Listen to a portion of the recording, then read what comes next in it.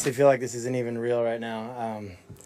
It's really special. It's a special group of guys in the locker room, and to come away with the win, I mean, really, that was my number one goal, is just to give the team anything that I had, which I didn't know how much it was, but just give them anything that I had to help us get the win. He was literally on his deathbed, Monday, Tuesday, and mustered up enough to come in Wednesday and practice, and he was getting IVs and fighting a virus, and grittiest performance I've seen in a long, long time, and he was outstanding.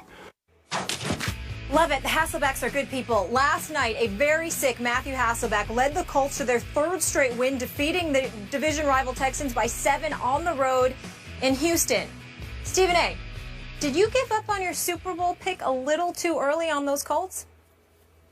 I don't think so. I just look at this team right now. They're obviously they've got talent on the squad. I was pleased to see how Frank Gore is running the football. I think he's finding his groove. He's finding the rhythm. I thought the offensive line was making enough holes for him. That was good. It was good to see Andre Johnson return to Houston and remind them that he still has a little bit left in him. There's no doubt about that. Matt Hasselback deserves a lot of credit. I'm still at a loss as to why Matt Hasselback, at 40 years of age, hospitalized for a day, receiving Lord knows how many IVs over the last few days from that bacterial infection. And he spent practically the last 3 or 4 days on the toilet before he ended up coming out there to play last night. I'm still flabbergasted to see how, he was able to get rid of the football and be virtually untouched throughout the entire evening with 2- and 3-step drops, getting rid of the football. But somehow that's not something that the Indianapolis Colts could manage to incorporate whenever Andrew Luck is behind center. Seems a bit odd to me that would happen.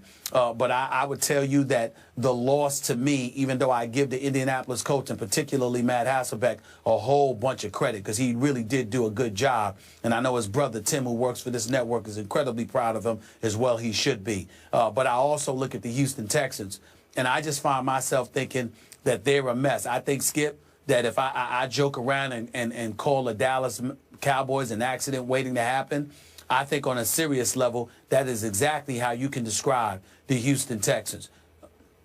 What can go wrong will go wrong. I look at the Houston Texans, Skip Bayless, and I can't believe what I'm seeing. This kid, DeAndre Hopkins, is a stud, put on a show last night. Arian Foster was upset he had to get taken out of the game because of concussion protocol. And obviously Ryan Mallett went out of the game with that shot to the ribs.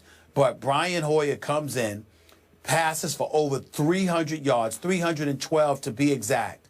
But with 2 minutes remaining, made one of the stupidest plays one could ever imagine a quarterback making. Nobody is open, but because he sees pressure coming from his right at the last minute, he throws a Hail Mary. It's a 3rd down, Skip. They still have a 4th down to go. It would have been for like 4th and 2. And he just throws the ball up there. Nobody open. And Mike Adams is sitting there waiting for it like it's a fair catch or a punt or something, because Brian Hoyer had no idea where he was throwing the football. It is these kind of mistakes that make him the backup that he is. He is a reserve. He will always be a reserve. But it is not because of his talent. He has the talent. It's because of the IQ that seemingly gets lost at key pivotal moments when it comes to him, combined with the fact that he's like a deer in headlights in certain big moments. Not over the course of lengthy moments, but I'm talking about a particular specific, minute moment in time that's very, very pivotal. You can't rely on this guy. He will mess up. That's what Brian Hoyer did. And I think that kind of mentality simply just drapes the Houston Texans franchise. It's got Bill O'Brien probably on depression medication, for crying out loud. He don't know what to do right now because of this guy. It's just a shame. It's Russian roulette at the quarterback position because nobody can step up in Houston. And I think that is what is demoralizing this franchise more than anybody else, because they know that no matter how hard they fight, somebody at the quarterback position is going to mess it up for them. And I think that kind of attitude has infected this franchise, and I think it contributes to losses similar to what took place last night. Okay, before I answer Molly's original question, quick thought on the earlier part of your soliloquy. For once, I thought your reporting and research was a little too detailed on the extent of Matt Hasselbeck's illness. I'll just leave that for the imagination. Now, on to your bigger picture point. I'm going to ask this half-kiddingly, but only half-kiddingly, about your Super Bowl predicted Indianapolis Colts, and now I respect the fact you have backed off your prediction, and you're not ready to remount the bandwagon. But I ask this half-kiddingly. Are you sure they haven't looked a little bit better with the backup quarterback instead of Andrew Luck in there? Because the backup quarterback, nearing 40 years of age, has turned the ball over 0 times in his 2 starts. 0 interceptions. Nothing last night on the road against a division rival, in a place that they were the underdogs last night, and they won their, record 16th straight division game. And yet, I like watching this team more when Andrew Luck isn't the turnover machine that he has been. Obviously, he's a supremely talented quarterback, and obviously, he is much more capable of creating explosive plays than Matt Hasselbeck is. But Stephen A., he is a turnover machine, and he has been for his entire duration of his career in the National Football League. He has not gotten any better. He has not cleaned up his act, Andrew Luck. So maybe it's been a good thing for him to stand on the sideline, pat everybody on the back as they come off the field, but to absorb the fact that the veteran quarterback is simply managing the game. And when it's time to make a big throw to kill the clock at the end of the game, as he did to T.Y. Hilton, you make one big throw that iced the game. But Matt Hasselbeck has been a master at avoiding turnovers, while Andrew Luck has been the master of creating fumbles or interceptions and turnovers. So, again, I hope this is coming clear to your man, Andrew Luck. This is the way you have to win football games in the National Football League. Your thoughts? Well, I think your argument is asinine, but I think it's purposely so. So I'm not going to really engage you with it too much because they beat Jacksonville and now they've beaten the Houston Texans. All of a sudden, Matt Hasselbeck, 40-year-old Matt Hasselbeck, is a better option than Andrew Luck? Really? I mean, I'm not going to dignify that with a soliloquy or a diatribe. It's a waste of my time. The fact is, everybody knows that Andrew Luck needs to stop turning over the football.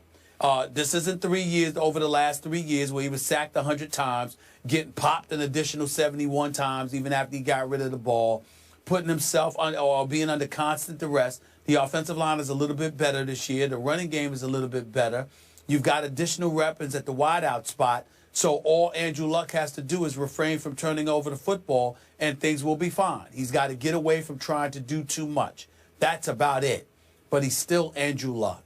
And if you're sitting there and you expect me to entertain you by getting into a debate about whether the Colts are better off with Matt Hasselbeck as opposed to Andrew Luck, you're wasting America's time. I'm not falling for it. No, it's just another trick, an engagement and trickery on your part, being the slick, duplicitous dude that you are. I will not get into it. It is a waste of my time. I am trying to enlighten and educate you as to how you have to operate at quarterback to be successful in the National Football League. I've been trying to enlighten you about your Cowboys for years. You won't listen.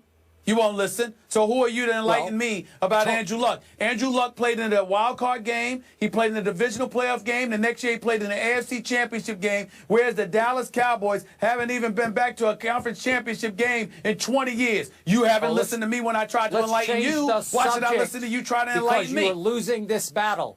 Let's deflect the blame off Andrew Luck onto Tony Romo, who, by the way, has cleaned up his act the last 2 years, which is why they have been such a better football team. My point to you is simply this. Last time I checked, Tony Romo was on the sideline with a sling.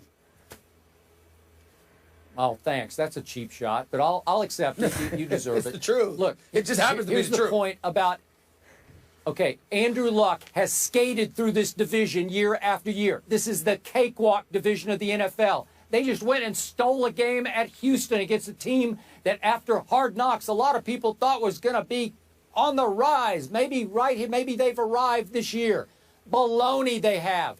This division is like in the Colts' lap. They're going to win it again. They're going to get home playoff games. Who knows where they'll wind up if they advance to the second, third round of the playoffs. But when they wound up at Foxborough, they got their doors blown off because their quarterback kept throwing it to the other team. You just can't. You can skate that far, and then when you play a real football team, you're going to lose. And Matt Hasselbeck showed you the blueprint last night. That's all I'm trying to say, for getting rid of the ball quickly and accurately and carefully, making the plays that have to be made, because he's behind the same offensive line. I heard Steve Young on SportsCenter the other night say, Andrew Luck hasn't had a clean pocket in 3 years. Okay, great. Well, does that mean that Hasselbeck's been getting clean pockets against Jacksonville and at the Texans? I doubt it. He's just getting rid of the ball and being careful with it. So that's my point to you. Let me, okay, I don't want to do this anymore. I want to move quickly to the Texans because you commented on the Texans. Who picked those two quarterbacks? Who defended those two quarterbacks going into the season on Hard Knocks? Thank you. Bill O'Brien did. Don't give me this. Well, what are these people talking about? We don't have a quarterback. We have two really good. No, you don't. Sorry, you don't. And you keep playing musical quarterbacks. You blame this one, you go to that one, then you blame him, and you go back to him. And I got to tell you, I'm going to stand by what I said during Hard Knocks. Bill O'Brien is getting obsessed with being on camera. He's getting incredibly camera conscious, and he was last night. He knows that after every turnover, the camera's going to come to him on the sideline. After every dumb play his team makes, the camera focuses on Bill O'Brien. And what does he do? Oh, my God. How can you do this, Brian Hoyer? He's Brian Hoyer. He turned back into Brian Hoyer right on schedule, as you pointed out, at the end of the game. But I got to tell you, in that locker room, a lot of those veteran players are going to start thinking to each other, hey, our coach is making us look terrible on television. Oh, how could you do this to me? It's not my fault, it's your fault. I'm going to tell you, Bill O'Brien is getting into hot water, and he's about to be on a hot seat. All right, gentlemen. Well, listen, I agree with that. I definitely agree with that because, you know, he had an opportunity to grab a quarterback. He passed on that, so you're right about that. The only last thing that I would have to say is that little soliloquy you went on about Andrew Luck. You could have easily made the same argument over many, many times about Brett Favre, who has 336 career interceptions, but you never did that because he's Brett Favre. He's one of your favorites. He's one of your pets, okay? I'm happy for now you. We're going to go to but Brett that did not Favre. We're going to change the conversation to Brett Favre because you were losing that argument. I'm just telling you. I'm just telling you how you are. You forget. You engage in selective amnesia far too often, and you need to stop. I'm here to bring you to the light.